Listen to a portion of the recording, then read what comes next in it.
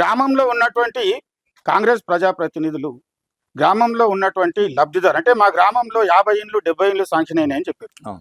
తీరా చూస్తే 4-5 కట్టుకుంటారు. దీనికి కారణం ఏంటంటే ఇక్కడ ఉన్నటువంటి ప్రజాప్రతినిధులు కనీస అవగాహన లేని ప్రజాప్రతినిధులు ఏం చేశారంటే మీరు మంచిగా అంటే ఇంకా 30-40 సంవత్సరాలు నివసించే ఇండ్లు ఉన్నోళ్ళు కూడా ఇళ్ళని మీరు కూలగొట్టుకోండి మీకు 5 లక్షలు ఇల్లు వస్తుంది, మీరు ఇల్లు కూలగొట్టుకొని మీకు 5 లక్షలు ఇప్పిస్తామని చెప్పి వాళ్ళకి అవేర్నెస్ ఇవ్వకుండా వీళ్ళకు కనీస అవగాహన లేకుండా వాళ్ళని ఇండ్లు కూలగొట్టించారు మంచిని.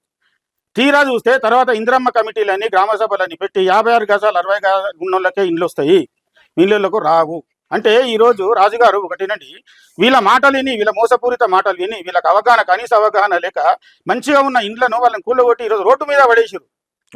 ఈ రోజు వాళ్ళు బాధితులు ఉన్నారు, కిరాయి ఇంట్లో ఉండలేక గుడిసెలు వేసుకొని ఉండలేక వాళ్ళ పరిస్థితి ఘోరంగా ఉంది.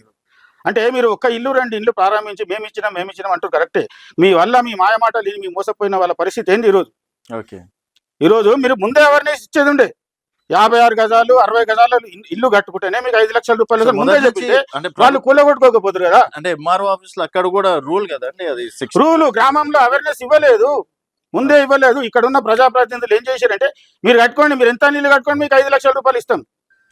వాళ్ళకి తెలియక ఏం చేశారు, ప్రభుత్వమే చెప్తుంది, ప్రభుత్వం దగ్గర ఉన్నటువంటి వెనుక ఉన్నటువంటి అనుచరులే చెప్తారు కదా అని చెప్పి వాళ్ళకి తెలియక ఇండ్లు కూలగొట్టారు. అంటే మీరన్నా చెప్పొచ్చు కదా, మీరు ఒక బాధ్యత మాకు ముందు అవేర్నెస్ చేయడానికి మాకు తెలియదు కదా, వీళ్ళ గైడ్ లైన్స్ ఏందో మనకు తెలియదు కదా. వీళ్ళు ఇందిరమ్మ కమిటీ లేచిన తర్వాత గైడ్ లైన్స్ చెప్పారు, అప్పుడు గ్రామ సభలలో అవేర్నెస్ ఇవ్వండి అని చెప్పారు. అప్పటికే ఇండ్లు కూలగొట్టుకున్నారు వాళ్ళు.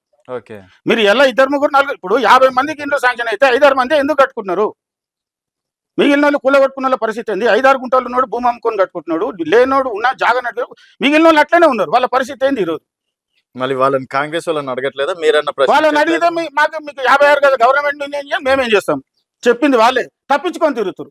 సరైన బాధితుడు వాళ్ళ దగ్గరకు అడిగితే తప్పించుకొని తిరుగుతారు. దీనివల్ల ఎంతమంది ఇబ్బంది పెడుతున్నారు. మరి ఎమ్మెల్యే గారు నేను సొంతంగా నా కళ్ళలో పెట్టుకొని చూసుకుంటాను గ్రామాన్ని, మరి ఆ బాధితులు ఎమ్మెల్యే గారికి తప్పుడు సమాచారం నేను చెప్తున్నా కదండి. ఇక్కడ ఉన్న ప్రజాప్రతినిధులు ఎమ్మెల్యే గారికి సంబంధం లేదు, ఇక్కడ ఉన్న ప్రజాప్రతినిధులు అవగాహన లేక కనీస అవగాహన లేని ప్రజాప్రతినిధులు మీరు ఇల్లు కూలగొట్టి మీరు ఇల్లు కట్టుకొని మేము 5 లక్షలు ఇస్తాం.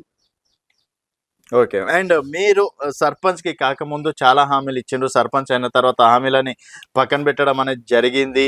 కేవలం కొంతమందిని ఒక 10 మందిని వేసుకొని వాళ్ళతోటే అధికారం చెలాయిస్తారు అని చెప్పేసి కూడా ఒక టాక్ ఉంది. మచ్చేందర్ రాజు గారు ఒకటి ఏంటండి, బీఆర్ఎస్ ప్రభుత్వంలో గెలిచిన మొదటి రోజు నుంచే ప్రజలలో అంటే కేసీఆర్ గారు ప్రవేశపెట్టినటువంటి కార్యక్రమాలు ఆ విధంగా ఉన్నాయి. అధికారులు కానీ ప్రజాప్రతినిధులు కానీ ప్రతిరోజు గ్రామంలో అంటే పల్లె ప్రగతి అని ఒక కార్యక్రమం పెట్టి ప్రతి 3 నెలలకు ఒకసారి పెట్టి గ్రామంలో ప్రతిరోజు రోడ్లు, శానిటేషను, వీధి దీపాలు, ప్రజలు ఏ విధంగా ఉన్నారు, డ్రాప్అవుట్స్ ఉన్నదా, ఏమైనా డెంగ్యూ వ్యాధులు వస్తున్నాయి అంటే ప్రతి దాని మీద ప్రతిరోజు అధికారులు ప్రజాప్రతినిధులు రోజు తిరగడం జరిగింది.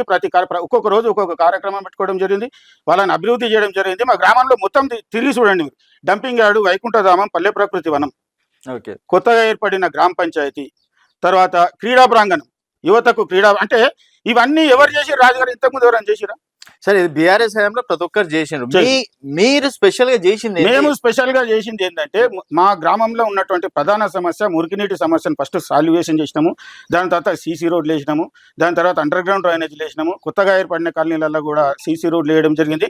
ప్రజలకు మా గ్రామంలో ఇప్పటి వరకు సీఎం రిలీఫ్ ఫండ్ అంటే ఎవరు తెలియకుండా మేము వచ్చిన తర్వాత మా ఎమ్మెల్యే అంజయ్ యాదవ్ గారి సహకారంతో పార్టీలకు అతీతంగా వీళ్ళు బీజేపీ, వీళ్ళు కాంగ్రెస్, వీళ్ళు ఇంకో పార్టీ అని అతీతంగా ఎవరైనా ఆర్థిక ఇబ్బంది ఉండి వాళ్ళు ఆరోగ్యం బాగాలేక చికిత్స చేసుకొని వస్తే ఇది ఏ పార్టీ అని చూడకుండా అందరికీ కూడా మా ఎమ్మెల్యే దగ్గర నుంచి సీఎం రిలీఫ్ ఫండ్ ఇప్పించడం జరిగింది. ఇప్పుడు మచ్చేందర్ గారు పార్టీలకు అతీతంగా ఉంటారా, కేవలం బీఆర్ఎస్ పార్టీ నాయకులకే లీడర్గా ఉంటారా? సర్పంచ్ పదవి అనేది పార్టీ సింబల్ ఉండదు, పార్టీలకు అతీతంగా ఉండదు.